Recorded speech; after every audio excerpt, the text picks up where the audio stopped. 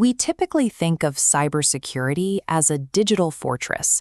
We visualize layers of firewalls, complex encryption, and automated monitors scanning the network for suspicious activity. However, even the most sophisticated digital defense is instantly compromised if an unauthorized physical entry occurs at the office door. This is why everyday items like ID cards, smart badges, and office keys are categorized as security assets.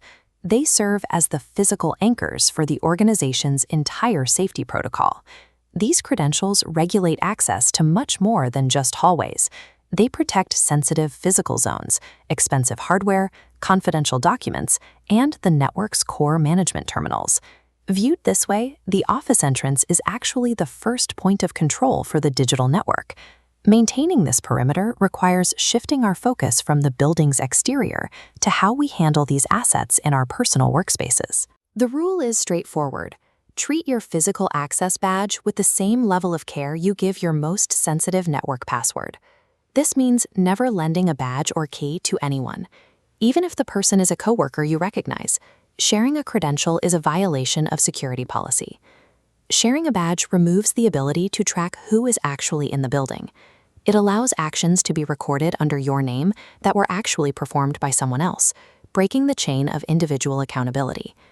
We would rarely leave a written password on a desk for anyone to see, yet badges and keys are frequently left unattended on tables, in unlocked vehicles, or in conference rooms.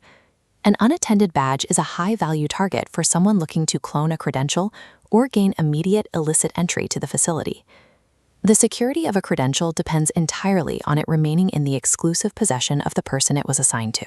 When that possession is lost, the situation changes from a routine day to an active security incident. If you realize a badge or key is missing, report it immediately.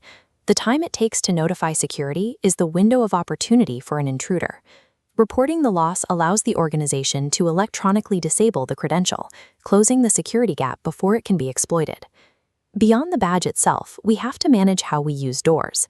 Tailgating, or letting someone follow you through a secure entrance, bypasses the electronic checks the system relies on.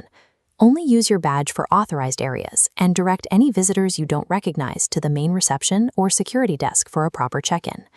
Giving an unauthorized person access to the workspace provides them with the physical proximity needed to target the very data we work to protect. Following these steps turns physical security into a proactive defense rather than just a set of office rules.